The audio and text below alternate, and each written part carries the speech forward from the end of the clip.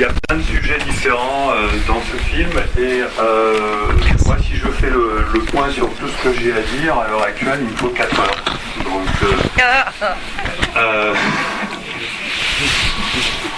Donc, je vais me laisser diriger par vos questions pour vous répondre. Voilà, à vous la parole. Alors je vais passer le micro si vous voulez le faire suivre s'il vous plaît. Hop. Et puis on pose la question, mais on ne refait pas une conférence, une relance. Merci beaucoup. Juste une question. Comment est-ce que le futur présent pourrait influencer le passé? Ou que le passé pourrait changer, pardon. Ça, c'est quelque chose que je n'ai pas bien compris. Donc oui, comment le passé pourrait changer? Alors ça, c'est quelque chose qu'on a observé en mécanique quantique. Bon, tous les physiciens ne sont pas forcément d'accord sur cette interprétation qui fait intervenir ce qu'on appelle la rétrocausalité. Mais en tout cas, il existe des expériences en physique qui ont été répétées depuis au moins 10 ans. Donc c'est fondé sur ce qu'on appelle l'expérience de la gomme quantique à choix retardé, mais on ne va pas rentrer dans ce détail-là. Et donc on s'est aperçu, je ne sais pas si vous connaissez l'expérience des fentes de Young. Non. Enfin bon. C'est-à-dire que voilà, lorsque vous avez une particule qui traverse 2 trous, ça crée un réseau de franges d'interférence, sauf si l'observateur est en train de regarder par quel trou elle passe. Bon, je vous le dis très rapidement. Donc déjà, ça pose un énorme problème à la physique, qui est que le fait d'observer change la manière dont la réalité quantique se manifeste. En fait, l'idée que l'on pourrait changer le passé vient du fait que, en fait, lorsqu'on fait la même expérience, et après avoir pris des précautions pour faire en sorte qu'on ne regarde que lorsque la particule a traversé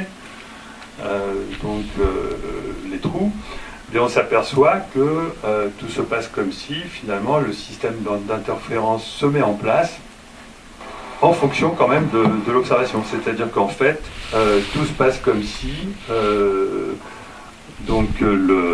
fait d'observer avait déterminé le choix fait par la particule dans son passé. Puisqu'on a observé après c'est-à-dire qu'une fois qu'elle a traversé les 2 trous, normalement, il y a un système de franges où il n'y a pas. D'accord, suivant qu'on observe ou pas. D'accord, mais on peut observer après que la particule ait traversé les 2 trous et s'apercevoir que ça ne change rien. Et donc tout se passe comme si la particule fait remonter le passé. Enfin bon. Mais c'est une expérience, si vous voulez, je veux dire, quand un physicien déjà entre en connaissance pour la première fois, il lui faut 1 an, 2 ans pour l'assimiler. Là, je vous résume ça en 3 secondes.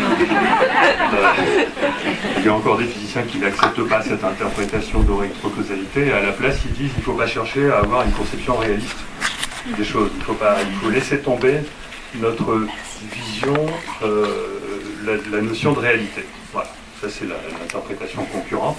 Et que donc, à partir du moment où on laisse tomber la notion de réalisme, eh bien, on n'a pas à interpréter ceci comme étant un changement dans le passé.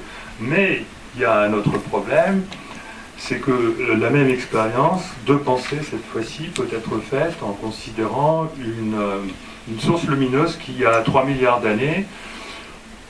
Et cette fois-ci, donc, on a donc un photon, donc un grain de lumière qui peut être dévié par exemple, un quasar, enfin une étoile très massive, et puis arriver sur la Terre sous 2 versions, une qui vient d'un côté, une qui vient de l'autre, et au point que les 2 versions de ce rayon qui ont été déviées peuvent à nouveau fabriquer une frange d'interférence. Et là, suivant qu'on observe ou pas, on va avoir à nouveau la même situation, et bon, on se retrouve avec donc exactement les mêmes problèmes, ce qui veut dire que lorsqu'on observe, on peut changer quelque chose qui s'est passé il y a 3 milliards d'années. D'accord? Donc ça vient de là. Ensuite, donc on peut aussi réfléchir au fait que donc l'univers physique, macroscopique, n'est pas un univers tel qu'on a l'habitude de penser, c'est-à-dire qu'une réalité qui... Il faudrait que j'introduise la théorie de l'univers bloc. C'est-à-dire, en fait, aujourd'hui, on sait que, d'après la théorie de la relativité d'Einstein, tout laisse à penser, en tout cas c'est la théorie préférée des physiciens, qu'on vit dans un univers bloc, c'est-à-dire que le passé existe encore et que le futur existe déjà. D'accord ? Comment est-ce que le passé, dans ce contexte, pourrait changer ? Aujourd'hui, la théorie préférée des physiciens qui envisagent ça, c'est de faire appel au concept de multivers, c'est-à-dire qu'il existe une multitude de passés potentiels et une multitude de futurs potentiels. Et donc, la façon la plus mainstream, la façon la plus politiquement correcte aujourd'hui d'envisager que le passé puisse changer, serait de dire que nous passons tous ensemble dans une autre réalité.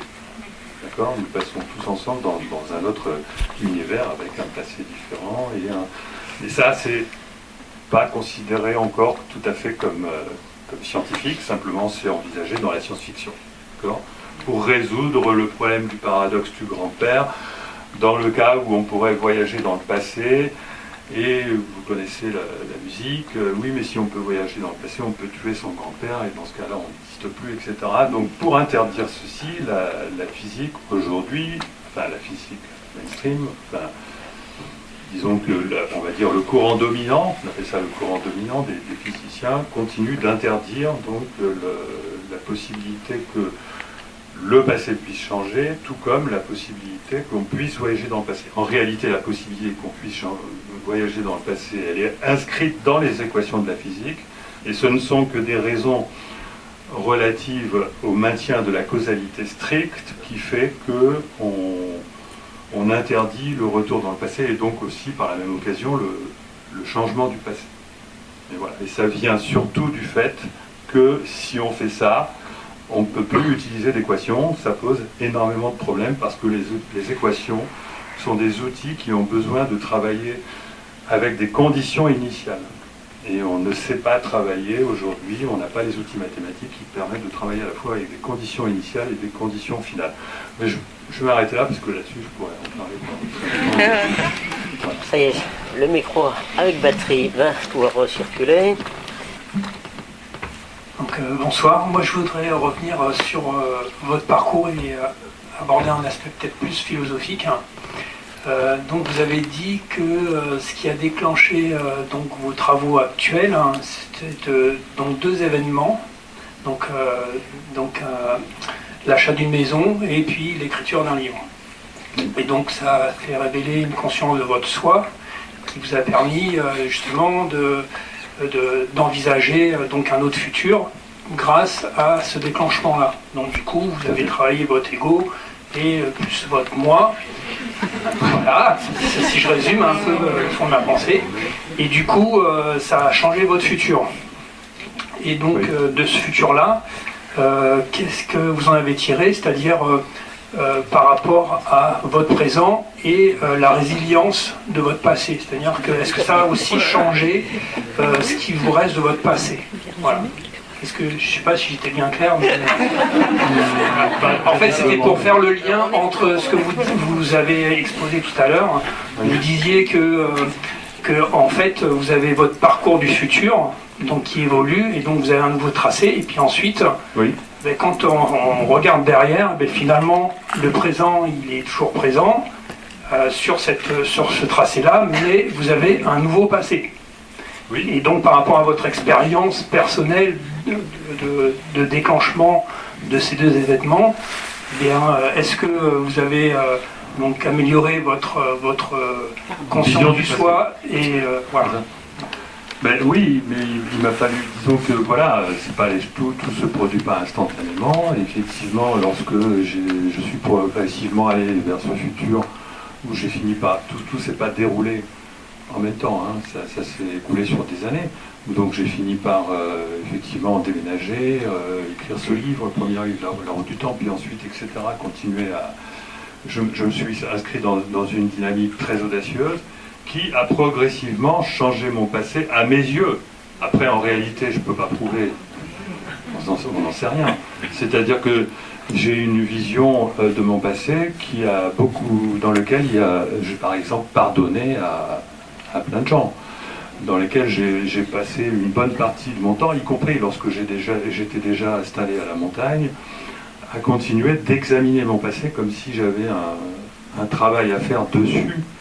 Et donc finalement, apparemment, ce travail s'est terminé. Bon, il y a longtemps maintenant, mais il m'a quand même demandé plusieurs années. C'est-à-dire que c'est pas comme si j'avais eu, en écrivant le livre La route du temps et en m'installant à la montagne, paf, tout d'un coup, que j'avais changé instantanément mon passé. Non, ça a été un travail de longue haleine pendant laquelle j'avais encore tout un tas de ressassage. Et lorsque je me suis aperçu que finalement je ne ressassais plus, c'est lorsque j'avais finalement réexaminé mon passé en retrouvant toute ma confiance en moi, confiance en soi, hein, et en ayant pardonné et en m'étant pardonné à moi-même aussi.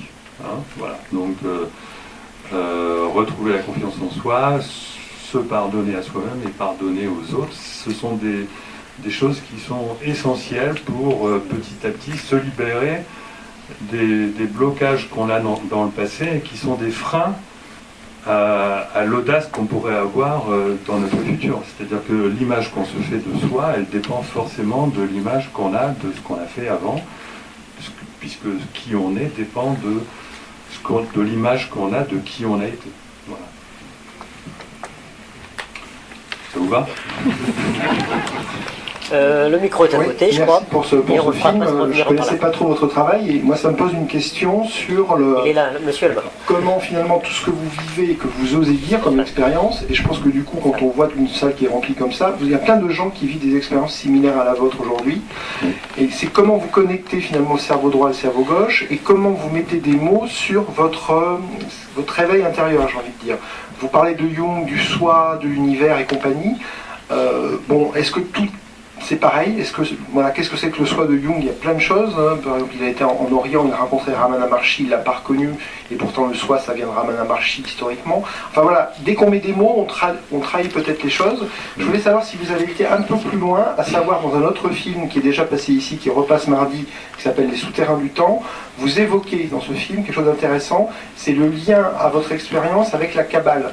Donc la question que je voulais vous poser, c'est est-ce que vous faites un lien avec ce qui vous arrive et des enseignements, on va dire, plus lointains de l'humanité, comme une certaine forme de symbolique ou d'ésotérisme qui donnerait du sens finalement à tout ça. Voilà, merci. D'accord. Donc la question porte sur la Kabbale, c'est ça? Oui,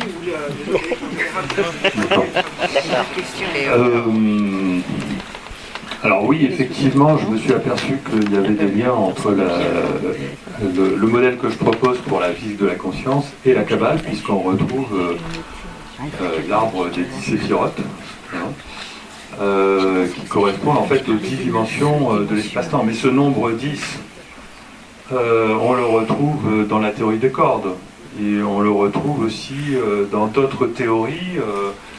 En France, il n'y a pas que la théorie des cordes, il y a des théories qui amènent les physiciens à penser qu'il existe 6 dimensions supplémentaires.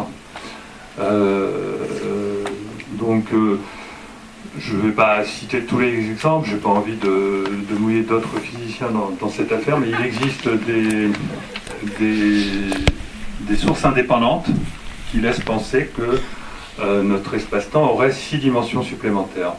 Moi, ce que je fais par rapport à ça, c'est que je fais, et en plus, j'ai moi-même trouvé une interprétation. Je suis en train de préparer une publication scientifique pour une revue à comité de lecture, que je vais soumettre, qui j'espère sera acceptée, où je donne une interprétation à ces 6 dimensions supplémentaires. Donc, mon interprétation me permet de rajouter deux niveaux à la conscience, hein, deux niveaux à 3 dimensions. Et on retrouve donc les trois mondes de l'arbre des séphirotes, effectivement. Mais en réalité, moi, je considère 4 triangles, vous savez, comme j'en parle dans le film. La conscience a 3 dimensions, la conscience c'est l'espace, mais on peut considérer que ce sont 3 dimensions qualitatives. Et si on veut bien, c'est un peu comme les 3 piliers de la Kabbale. Les 3 piliers de la Kabbale, on les appelle, bon alors ils sont plein de noms différents, hein, parce que des interprétations de la Kabbale, il y en a autant que de kabbalistes. Hein. Bon, paraît-il. Donc, mais si on regarde, par exemple, sur Wikipédia, il y a ce qu'on appelle le pilier de la rigueur, qui est donc l'un des 3 centres de la conscience. Moi, je l'attribue au mental. C'est vrai que le mental, pour aller vers le vrai, il a besoin de satisfaire la rigueur. Il est nécessaire d'être rigoureux. La science est fondée sur la rigueur. Et l'autre pilier, pilier de la miséricorde, je crois, ça correspond pour moi au pilier de l'émotionnel. Et là, effectivement, bon, si on fait cette approximation, si ça marche, c'est le pilier central, c'est le pilier de la conscience, et là on est d'accord. Donc effectivement, et puis donc si on décompose donc verticalement ces 3 piliers et horizontalement les 3 centres de la conscience, on retrouve l'arbre des séphirotes avec tout en bas le temps, qui est tout simplement la manifestation, c'est-à-dire la cristallisation des potentiels dans notre réalité, qui correspondrait même littéralement à l'effondrement de la fonction longue, à la réduction d'état en mécanique quantique. Simplement, moi je rajoute à ça, parce que ça je considère que c'est, on va dire, le système d'exploitation de l'être humain incarné. C'est-à-dire notre système d'exploitation, il a ces 3 niveaux-là. Il a le niveau de ce que j'appelle l'anima, mais qui est le niveau du véhicule. Il a le niveau de la conscience, qui est qu'on peut appeler le conducteur, et il y a le niveau du subconscient, qu'on peut appeler le guide. Donc en fait, il y a nous avons en nous-mêmes trois identités. Chaque niveau de la conscience, on a notre véhicule, qui est notre corps physique, et notre cerveau physique. On a notre conducteur, qui est notre conscience, qui est lié au présent, et nous avons notre guide, qui est donc notre subconscient. Le premier est lié au passé, le second est lié au présent, le troisième est lié au futur. Voilà. Et simplement, tout ça, ça vient pas de nulle part, ça vient de l'intention d'un esprit de réaliser quelque chose dans la matière. Et donc c'est pour ça que je rajoute notre identité originelle, qui est l'esprit qui a voulu que l'on existe. D'accord ?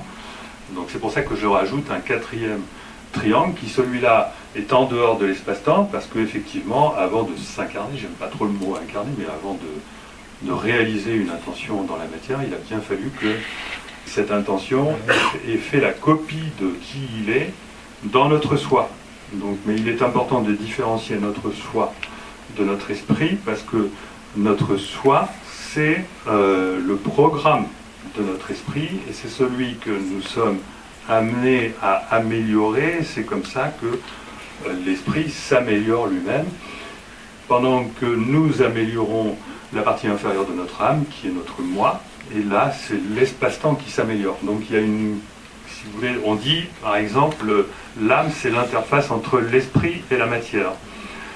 Si on attribue 3 dimensions à l'esprit, 3 dimensions à la matière, on a besoin de 6 dimensions à l'âme. On a besoin des 3 dimensions qui vont être la copie de l'esprit, qui sont destinées à être améliorées. On a besoin des 3 dimensions qui vont être la conscience du véhicule, qui sont destinés, eux, à améliorer donc plutôt la matière. D'accord ? Donc je me différencie de la Kabbale par rapport à ça, c'est-à-dire que moi je vois 12 centres, d'accord ? Mais si on parle uniquement des centres qui sont dans la matière, qui concernent notre monde physique, mais en y incluant le vide, on a bel et bien 9 centres auxquels il faut rajouter une dimension qui est donc le temps, et ça fait 10, et ça rejoint la Kabbale tout à fait, je le reconnais.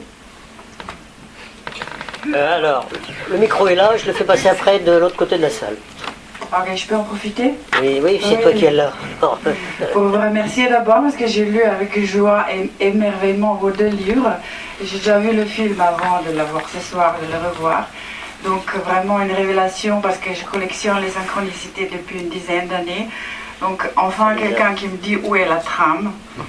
Et dans vos 2 livres, vous avez une phrase qui est, enfin vous travaillez sur la conscience et vous dites que la planète elle-même serait consciente. Oui. Est-ce qu'un jour vous allez développer ça? Oui, dans mon 3e livre. Il faut attendre. De la 12e dimension. C'est déjà écrit. Ce livre que j'ai commencé à écrire, dans lequel je parle de la conscience de la Terre, et je donne des arguments très forts. Hein, c'est-à-dire que j'essaie de montrer que la Terre est non seulement consciente, mais qu'elle ressemble à l'homme. Ou plutôt, on devrait plutôt dire que l'homme ressemble à la Terre.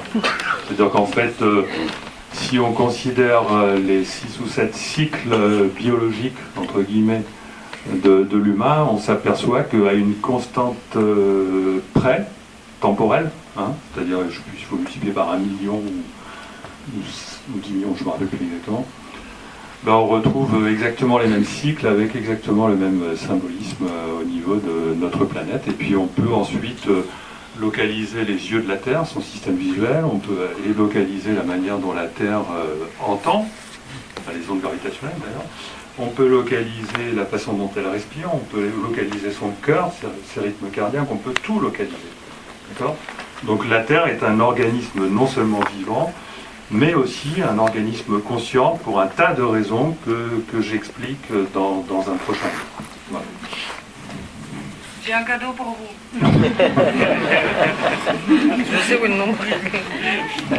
Je sais plus où est-ce qu'il est passé, le micro, là. Hop, voilà, allez-y. Merci. Je ne suis pas sûre d'avoir tout compris. Il m'aurait hélas fallu la version longue en 4 heures pour que je sois sûre de moi. Mais écoutez, si j'ai compris, pour faire simple et schématisé, peut-être que Dieu, c'est l'intégralité de l'information qui est contenue, cet esprit qui est contenu dans l'univers. Est-ce que vous croyez que quelque chose de nous subsiste en quelque sorte? Est-ce qu'il y a une partie de cette conscience ou de l'âme qui est au-dessus qui survit à notre mort physique? Oui, tout à fait, puisque en fait, moi, ma vision des choses, c'est de dire nous sommes tous la même conscience, c'est-à-dire nous sommes tous des manifestations de Dieu, si on veut bien utiliser ce terme, mais on n'est pas obligé. Hein. Moi, par rapport à Dieu, pour moi, c'est un faux problème. Dieu existe, bien sûr. Dieu n'existe pas, bien sûr. Voilà. Je suis face à un croyant, je vais lui dire, mais bien sûr, inversement. Personne ne sait définir Dieu, donc c'est franchement pas un problème. Par contre, et c'est même d'ailleurs ce qu'on appelle le non nommable, l'inconnaissable, etc. Donc si on considère que Dieu représente tout ce que nous sommes incapables de comprendre, oui, effectivement, il vaut mieux croire en Dieu, parce que ce serait franchement pas humble de considérer que ça y est, la science a atteint un état de maturité tel que ça y est, on a tout compris. C'est complètement ridicule cette idée-là. Donc il vaut mieux que ces gens-là croient en Dieu. Enfin, ceux qui sont... la croyance en Dieu, elle est faite pour les matérialistes. D'accord ? Une fois que vous êtes allé jusqu'au bout de votre matérialisme et que vous êtes aperçu que, on dirait que j'ai pas compris certaines choses et on dirait que l'univers est infiniment plus merveilleux que ce que je pouvais imaginer et qu'il y a des choses qui me dépassent, mais là, vous commencez à faire un chemin qui est le chemin vers Dieu, mais qui est tout simplement le chemin vers la découverte de soi, en réalité, parce que soi, l'esprit ou Dieu, c'est à peu près la même chose, c'est juste une question d'étage. Il suffit de de considérer le dernier étage. D'ailleurs, beaucoup en considèrent qu'il y en a 7, alors je ne sais pas, dans les dialogues avec l'ange, on parle de 7 étages, donc nous on serait au 3e, en train d'aller vers le... Oui, on serait au 4e étage, c'est ça, et donc justement le 4e étage, c'est vraiment l'étage de l'interface entre la manifestation et Dieu, quoi. Donc et après, il y aurait encore 3 autres ou 2 autres étages avant d'arriver au sommet. Mais disons que voilà, nous sommes tous la même conscience, et pour répondre plus exactement à votre question, donc après la mort, à mon sens, mais pour des raisons, là, il me faudra assez longtemps pour les expliquer, mais je vais les expliquer dans mes prochaines conférences, on rejoint l'étage du soi. D'accord ? On rejoint l'étage du soi en faisant un bref séjour dans l'étage du moi, c'est-à-dire la densité de la conscience, qui correspond à ce que les ésotéristes appellent l'astral, mais qui n'est pas un lieu de création, donc on n'a rien à y foutre. C'est-à-dire qu'il y a 2 lieux de création. Il y a le lieu qui correspond au véhicule, et qui est une création collective, et il y a le lieu qui correspond au guide, et qui est en fait nous-mêmes réellement. C'est-à-dire nous sommes réellement nous allons rejoindre notre guide. Et donc dans la densité du multivers, hein, ça correspond au multivers, nous allons tout d'abord rentrer dans une phase où on va apprendre à se nettoyer de son moi, puisqu'on ne peut pas rejoindre l'esprit si on n'a pas nettoyé ce qu'on a amélioré, c'est-à-dire notre soi de notre moi. Et donc là, on va revivre exactement, alors pas exactement la même vie, mais enfin, on va vivre tout ce que, tous les rêves, ou etc. Enfin, ça peut s'appeler paradis ou n'importe quoi. Enfin, bon, le but, c'est de faire un travail de purification de ce qu'on a créé de meilleur dans notre vie, par rapport à toutes les illusions qui sont attachées à ça. Et lorsque ensuite on est fin prêt, bien, et que notre soi il a également, eh bien, on est prêt pour fusionner avec l'esprit. Et ainsi de suite, et ainsi de suite. C'est-à-dire qu'en fait, notre esprit, il a plusieurs incarnations dans notre réalité, à des époques totalement différentes, pour lesquelles il a fait tout un tas de copies de lui-même, donc qui sont des copies de notre soi. Voilà. Et donc, si vous voulez, il y a une logique neuronale. Hein, c'est un petit peu comme si nous étions les neurones d'un immense cerveau qu'est l'univers. Et voilà. Et puis, ça permet au moins d'avoir une coordination de l'espace-temps qui permet de diminuer l'entropie générale de tout l'univers. C'est ce qui explique donc l'émergence du vivant, et c'est ce qui explique toutes les merveilles de la création. Donc c'est la conscience, et notamment l'intention qui est à la base de l'évolution de tout le vivant. D'accord ? Le vivant, toutes les espèces vivantes sont issues d'une intention collective d'aller vers. Donc la physique et la science en général a, par opposition à la religion, éliminé la finalité. Mais en science, on est en train de redécouvrir l'importance considérable de la finalité. On s'aperçoit que la théorie de Darwin est complètement fausse, que de toute façon on savait déjà à l'origine qu'elle n'était pas prouvée, et qu'on a aujourd'hui toutes les preuves, à travers la découverte de la merveille quasi technologique de ce que peut être un organisme vivant. On s'aperçoit que ce n'est pas quelque chose qui peut être le résultat du hasard. Donc ni du hasard, ni de la sélection naturelle, ni du hasard des mutations. Donc il faut trouver autre chose. Il ne faut pas aller chercher des théories créationnistes, évidemment, comme le créationnisme basique ou le créationnisme de l'intelligent design. Parce que l'intelligent design ne fait que ramener le problème à un niveau supérieur, et on n'a finalement rien résolu. Tandis que si on considère que notre espace-temps, que notre réalité est une création collective qui est sans cesse rebalayée, c'est-à-dire que nos vies ont été vécues plusieurs fois avec des versions complètement différentes, de manière à améliorer progressivement toute la création, et que tout ça s'est tiré par l'intention individuelle ou l'intention collective, eh bien on arrive à comprendre pourquoi effectivement nous allons vers plus d'ordre dans notre futur. Pourquoi il y a une évolution négantropique alors que les lois de la physique actuelles, hein, qui ont besoin d'être corrigées, parce qu'elles sont incomplètes, les lois de la physique actuelle, les physiciens ne savent pas résoudre le problème principal de la physique, qui est le fait que l'entropie augmente tout le temps, d'après les calculs.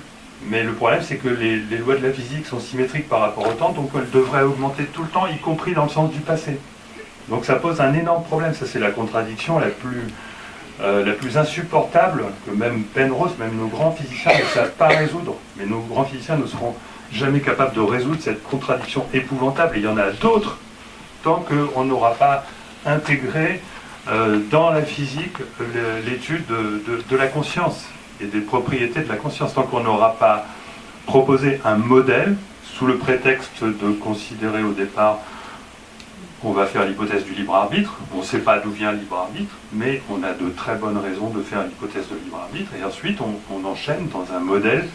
Moi je propose un modèle cybernétique, parce que je pense que avec les équations mathématiques, ce sont des outils, les équations, on peut pas s'en sortir, même les équations ont leurs limites. Il faut faire appel à l'intelligence artificielle, il faut copier sur ce que la nature a fabriqué des cerveaux. Donc il faut que les physiciens s'intéressent au problème du cerveau. Il faut que les physiciens arrivent à comprendre les mécanismes de fonctionnement du cerveau. c'est une énorme lacune chez les physiciens que de ne pas savoir fabriquer des cerveaux. Moi, je suis un des premiers physiciens qui a appris à fabriquer des cerveaux. Je parle de cerveau mathématique. C'est ça qui me donne cette ouverture d'esprit que j'ai, et qui fait que je propose qu'on ne laisse pas la question de l'intelligence artificielle aux neuroscientifiques. Ils n'ont pas fait les études qui leur permettent de s'erroner dans un problème où il faut.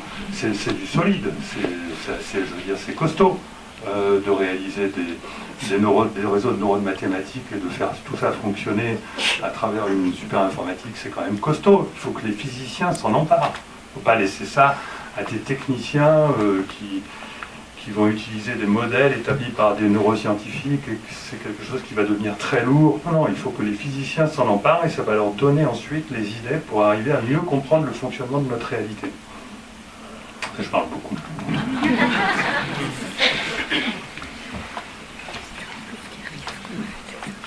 Bonsoir et merci. J'ai une petite question, parce que dans les traditions anciennes, chez les anciens, on dit qu'il y a 4 âges, et on passerait de l'âge d'or à l'âge de fer, dans lequel nous sommes censés être selon les écrits anciens. Et au terme de ces 4 âges, la Terre, donc à ce moment-là ça rejoint ce que vous dites sur la Terre conscience vivante, ferait son ménage et réinitialiserait d'une certaine manière l'humanité au terme d'un cycle précessionnel qu'on appelle, que vous connaissez sans doute, sur la précession des équinoxes, donc une grande année de 25 000, un peu plus de 25 000 ans, et donc ça expliquerait aussi l'histoire de l'Atlantide, que les Gaulois avaient peur que le ciel leur tombe sur la tête. Mais en gros, si cette hypothèse des cycles se vérifie, et qu'on, tous les 12 000 ans, il y a une partie de l'humanité qui, par un basculement de pôle, passe à la casserole, si je puis dire, pour refaire démarrer la machine, comment on peut préserver l'idée de libre arbitre si effectivement il y a une hypothèse cyclique qui englobe toutes les destinées humaines invariablement et implacablement. Ok. Bon, je vais répondre à votre question clairement, mais je ne suis pas dans ce genre de théorie, je préfère vous le dire, hein, donc l'histoire de cycle, etc., d'âge, Moi, tout ce que je fais, j'essaie de le rattacher à nos connaissances en physique, d'accord ? Et plus généralement en sciences. Et là, tout ce dont vous me parlez fait référence à probablement des traditions qui sont respectables. Moi, je ne peux pas reprendre ce genre de choses. Je ne vois pas le lien avec nos connaissances scientifiques. Par contre, je peux répondre sur votre question du libre arbitre. C'est-à-dire qu'il n'y a pas d'incompatibilité entre l'existence du libre arbitre et l'éternel retour cyclique. Tout simplement parce que à chaque fois, et on voit ça dans les systèmes chaotiques en général, à chaque fois qu'il y a effectivement un retour à une origine, il y a quand même une évolution qui s'est faite. Donc il faut considérer l'évolution comme une spirale. D'ailleurs, on voit la spirale partout dans l'univers. Hein. Donc effectivement, il peut y avoir une évolution en spirale, c'est-à-dire qu'on passe notre temps à reproduire sans arrêt ce qu'on a fait dans le passé. La conscience ne fait que ça, en balayant l'histoire. Parce que pour moi je fais partie de ceux qui pensent que l'histoire est balayée plusieurs fois. Je fais partie de ceux qui pensent que, par exemple, les prophètes de malheur, les bons, ceux de l'Apocalypse, etc., nous parlent d'événements qui sont réellement arrivés, mais dans un ancien futur. Faire attention, je fais la différence entre ancien et passé. C'est-à-dire que pour moi, le passé, il existe en ce moment, et il peut même être en train de changer pour différentes raisons, soit parce qu'il y a des personnes qui voyagent, soit parce qu'il y a des personnes qui y sont incarnées. Et notre futur existe déjà, et il peut également changer en ce moment, non seulement parce que c'est la conséquence de maintenant, mais aussi parce que des âmes, les consciences y sont incarnées ou y voyagent. Et que tout cela n'est pas l'évolution. L'évolution, c'est le fait de répéter dans toute l'étendue de l'histoire les événements de manière, non pas à rejouer sans arrêt les mêmes événements, mais à ce qu'il y ait une évolution progressive qui peut se concevoir comme une évolution en spirale. Voilà. Merci.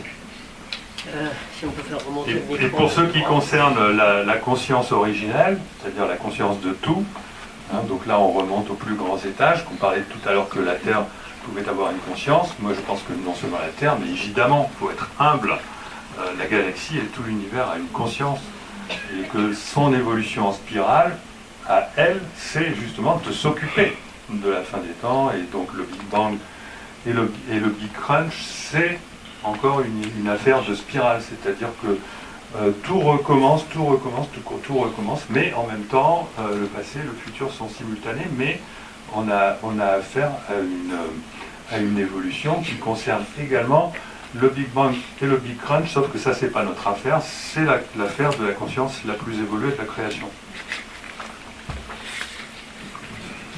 Alors, deuxième rang, avant de passer au quatrième, non, on a un deuxième rang. Je m'excuse, j'avais cru comprendre que les On ne vous entend pas. théories physiques les plus récentes disaient qu'on n'irait pas vers un Big Crunch, mais que bon, il y aurait justement une accroissance de l'entropie et qu'il y aurait une dilution de l'univers, des galaxies qui s'éloignent de plus en plus, avec une nouvelle force qu'on a découverte très récemment. Et donc, voilà, cette théorie du Big Crunch Non, moi je ne crois pas non plus au Big Bang, mais si vous voulez, comme j'étais en train de répondre à une question, je prends quand même le cadre qu'on a, parce que si je remets en question tout, à chaque fois, on ne s'en sort pas. D'accord ? Donc, je ne crois pas au Big Bang, mais ça ne veut pas dire qu'il n'y a pas eu... C'est-à-dire que pour moi, le Big Bang n'est pas une explosion, mais ça, tous les scientifiques le savent. C'est plutôt une inflation à partir d'un état extrêmement ordonné de l'univers, mais ça ne tient pas la route, en fait. Ça ne tient pas la route pour plusieurs raisons. D'une part, à cause de notre conception du temps, qui est incompatible avec l'idée de commencement. Il ne peut pas y avoir de commencement. En plus, l'état de l'univers, au moment du Big Bang, il était probablement, donc derrière l'horizon de Planck, il était probablement d'ontologie quantique, c'est-à-dire qu'il n'y a pas de temps. Donc, il n'y a pas de commencement. Et en plus, donc, il faut expliquer cette information extrêmement ordonnée qui arrive à fabriquer tout le reste. En fait, ça vient du fait qu'il n'y a pas de conditions initiales qui ont déterminé ce qui nous arrive aujourd'hui. C'est plutôt ce qui nous arrive aujourd'hui qui détermine les conditions initiales de l'univers. Et en plus, toute cette information qui est au moment de l'origine de la création, on l'a fait sortir de nulle part. Mais il n'y a pas de nulle part, il n'y a pas de temps, donc le Big Bang, il faut le considérer autrement. Et aujourd'hui, il y a une théorie qui pointe, on appelle ça la théorie du grand rebond. Et le grand rebond, les auteurs de cette théorie, l'interprètent en disant que ça pourrait être une sorte de trou blanc. Il pourrait y avoir un trou blanc à l'origine de notre trou noir, c'est-à-dire on vivrait à l'intérieur d'un immense trou noir qui aurait pour origine un trou blanc, une fontaine blanche. D'accord ? Et en fait, moi je commence à être d'accord avec ça à partir du moment où on dit oui, mais si on considère qu'il n'y a pas de temps, notre trou noir c'est un trou blanc en fait. Et donc finalement c'est une information qui arrive de l'autre côté du Big Bang et et pour laquelle le temps est inversé. Voilà. Mais bon, on commence à rentrer dans des choses compliquées. Non, c'est pour vous dire que le Big Bang c'est quelque chose de compliqué, c'est pour ça que je préférais quand même m'en servir comme base pour répondre à... Merci Philippe Guillemont pour tout ce que vous faites. J'ai lu vos livres, j'ai vu toutes vos vidéos, regardé votre film plusieurs fois. Et il y a une question qui me parle un petit peu. Un physicien français, Yves Rocard, avait écrit 2 livres à ce sujet, sur la radiesthésie. Et je voulais vous demander comment vous expliquez éventuellement comment un radiesthésiste, à partir d'un plan, peut trouver à distance un animal, une personne disparue, un objet, etc. Et également comment on peut expliquer la médiumnité. Est-ce que vous avez quelque chose à nous dire à ce sujet? Là, vous m'emmenez dans des...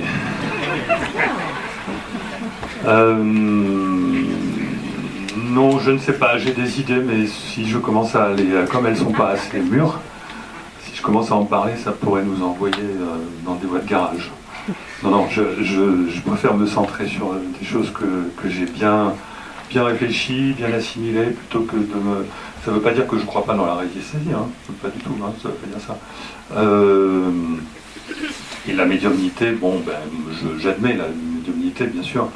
Après, pour moi, je réfléchis déjà énormément à la manière à essayer de savoir comment la conscience peut se connecter, la conscience qui est essentiellement l'information quantique, nous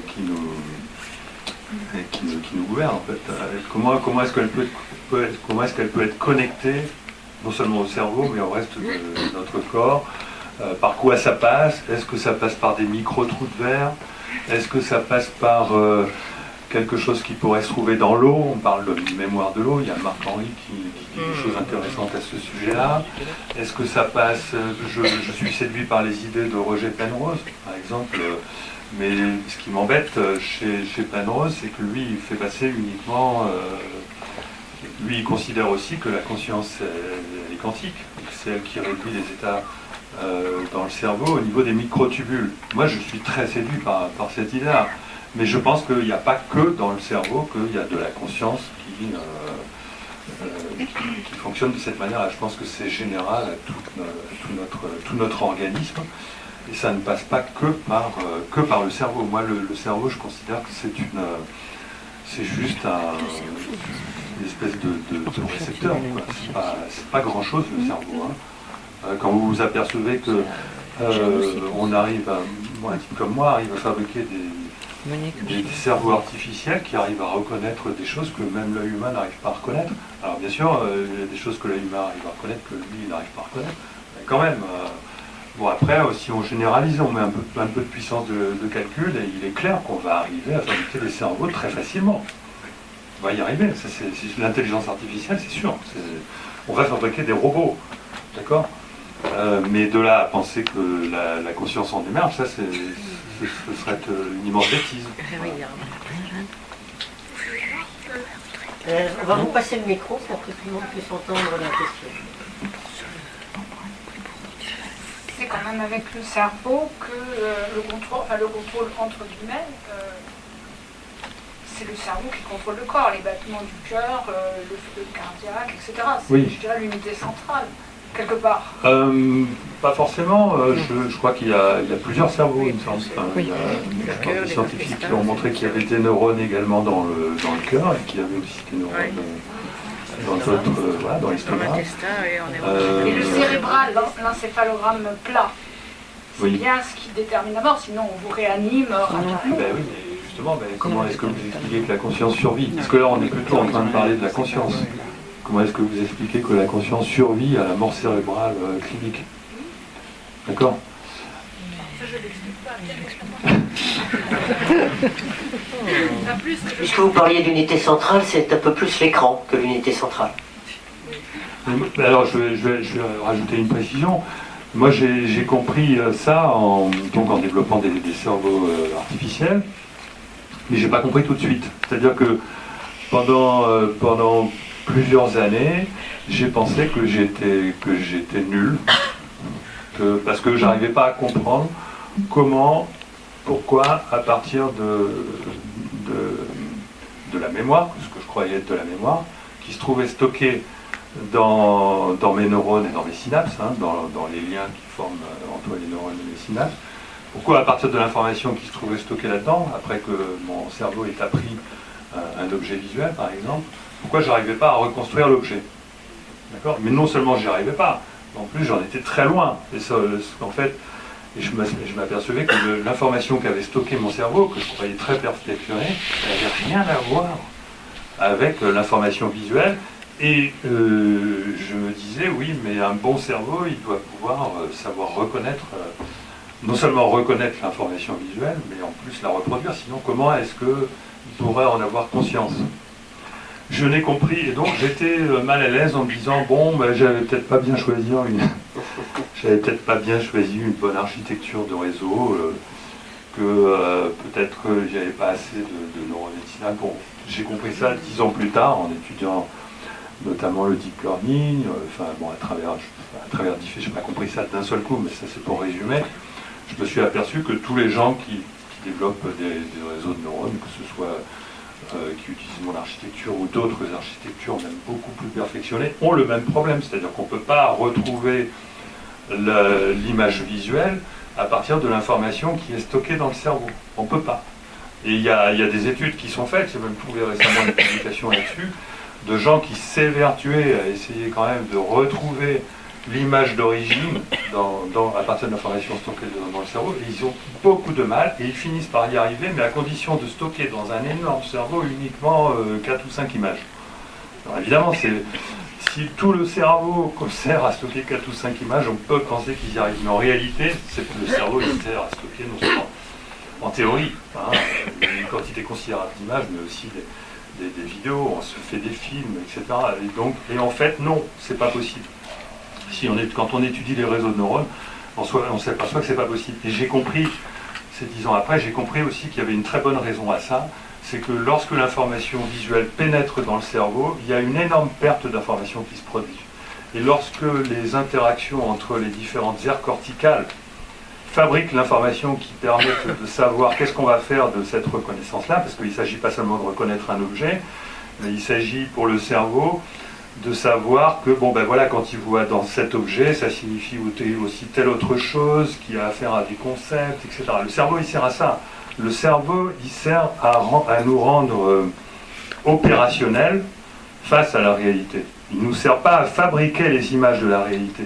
Les images de la réalité, les images visuelles de la réalité, ne peuvent pas être fabriquées par le cerveau. Tout simplement parce que le cerveau, en traitant cette information de manière à fabriquer les moyens de la reconnaître et de la relier à tout ce qui nous intéresse, perd l'information d'origine. Et donc la conscience ne peut pas émerger du cerveau, puisque la conscience, c'est ce qui nous permet d'avoir accès à l'information visuelle. Cette information visuelle ne peut absolument pas émerger du cerveau. Donc ça, c'est quelque chose que j'ai compris sur le tas, en travaillant, en fabriquant des machines, en fabriquant des robots.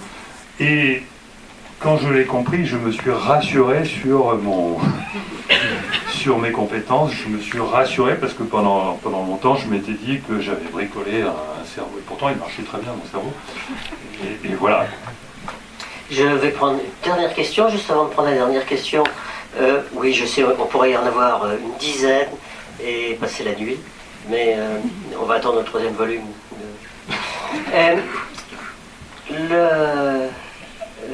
Philippe dédicacera des livres dans le bar. Il y a aussi des DVD. Comme il est venu du sud avec un sac, c'est pas un énorme sac, même s'il est déjà assez lourd. S'il n'y a pas assez de DVD, vous en trouverez sur le site de Jean-Yves Billien, c'est Jean-Yves Billien. Et j'espère qu'il y a assez de livres en revanche, sinon dans les bonnes librairies. Voilà, alors donc c'est sur le site de... voilà, donc la main avait été montrée au premier rang et je suis désolé, on ne pourra pas prendre toutes les questions ce soir. Oui, bonjour Philippe Guillemont, merci pour tout ce que vous faites. Je vous suis depuis quelques temps et j'ai récemment lu La vie des consciences. Et pour connecter avec le dernier sujet de discussion, donc on voit écrit effectivement que avec l'avènement de l'IA, l'intelligence artificielle et du transhumanisme, et on voit également des thèmes, dans les thèmes de science-fiction, que ce soit livre ou au cinéma. La question c'est comment voyez-vous 2050 ? Est-ce qu'on peut déjà, compte tenu de l'état de la planète actuelle et du fait que les technologies se développent très très vite, aujourd'hui des sociétés à Hong Kong, dans les conseils d'administration, ils se reposent sur un logiciel qui va prendre des décisions sur les mouvements des actions, par exemple. Donc ça a déjà commencé, il y a les bots aujourd'hui dans Windows, etc. Donc est-ce que vous pensez que 2050, on peut, avec ce que vous nous annoncez sur vos recherches, est-ce qu'on peut influencer positivement 2050 pour, atteindre ou espérer avoir approché l'âge d'or pour l'humanité? Oui, l'âge d'or, je ne sais pas, mais... Question de conclusion. Beaucoup d'entre vous savent que je suis complètement opposé au transhumanisme, bien entendu. Par contre, je ne suis pas opposé au point de dire qu'il ne faut pas y aller. C'est-à-dire que de toute façon,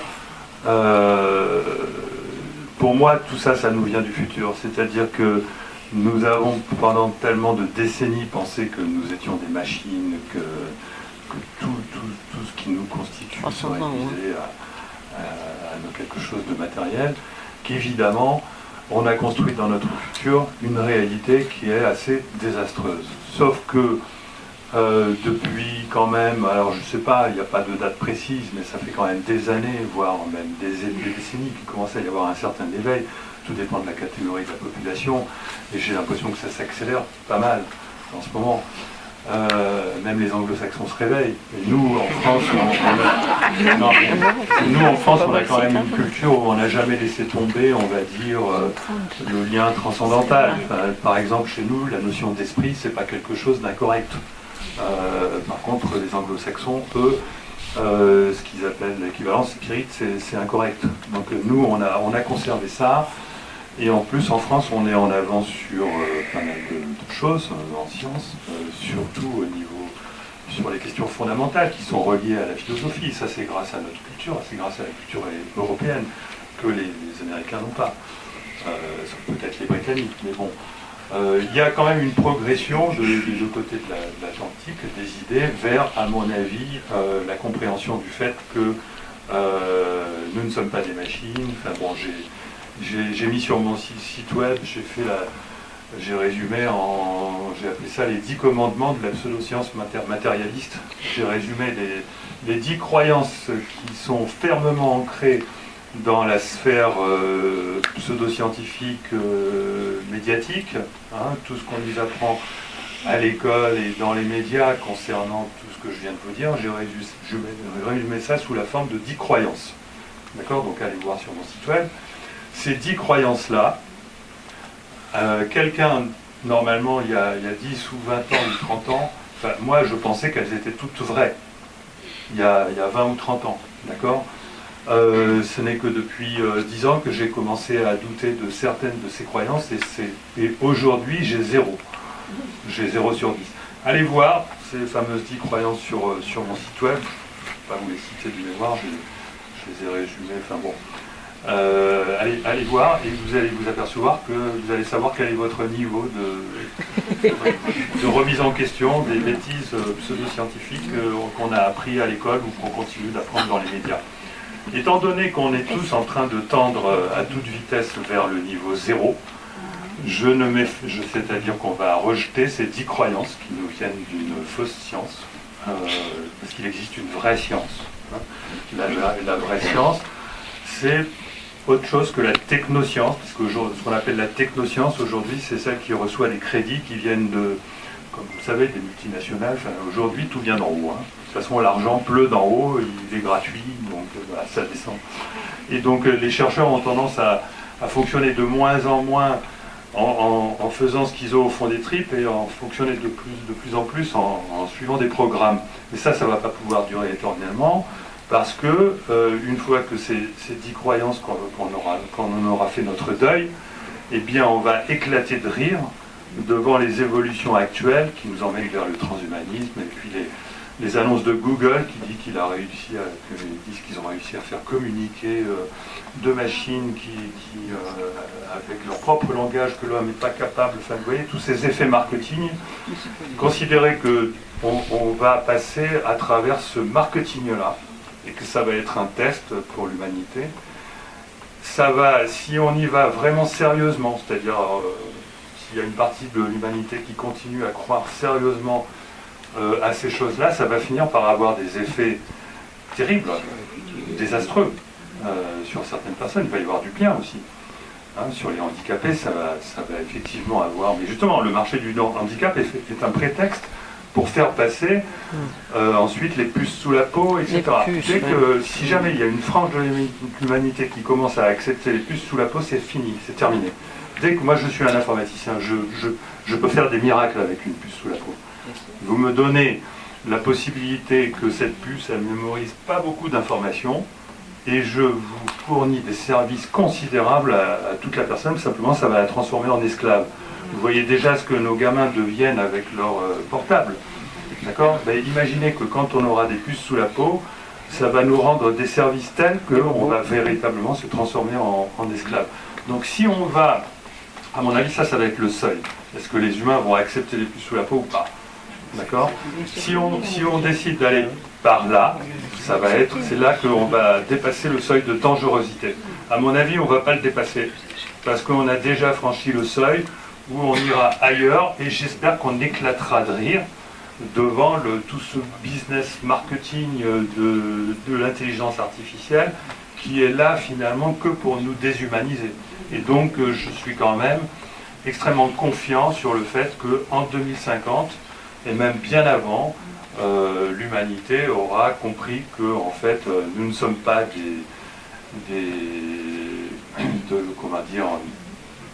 des êtres matériels, nous sommes des êtres spirituels, voilà, embarqués dans une réalité matérielle. Et je pense qu'on y va à grande vitesse parce que il n'y a pas que les travaux tels que je peux le faire, il y a aussi toutes les expériences, comme les expériences de mort imminente, il y a tout un tas d'expériences qui nous démontrent de manière évidente et que chacun peut arriver à pratiquer. Moi c'est par le biais des synchronicités que je me suis aperçu que la réalité ne fonctionnait pas comme je croyais.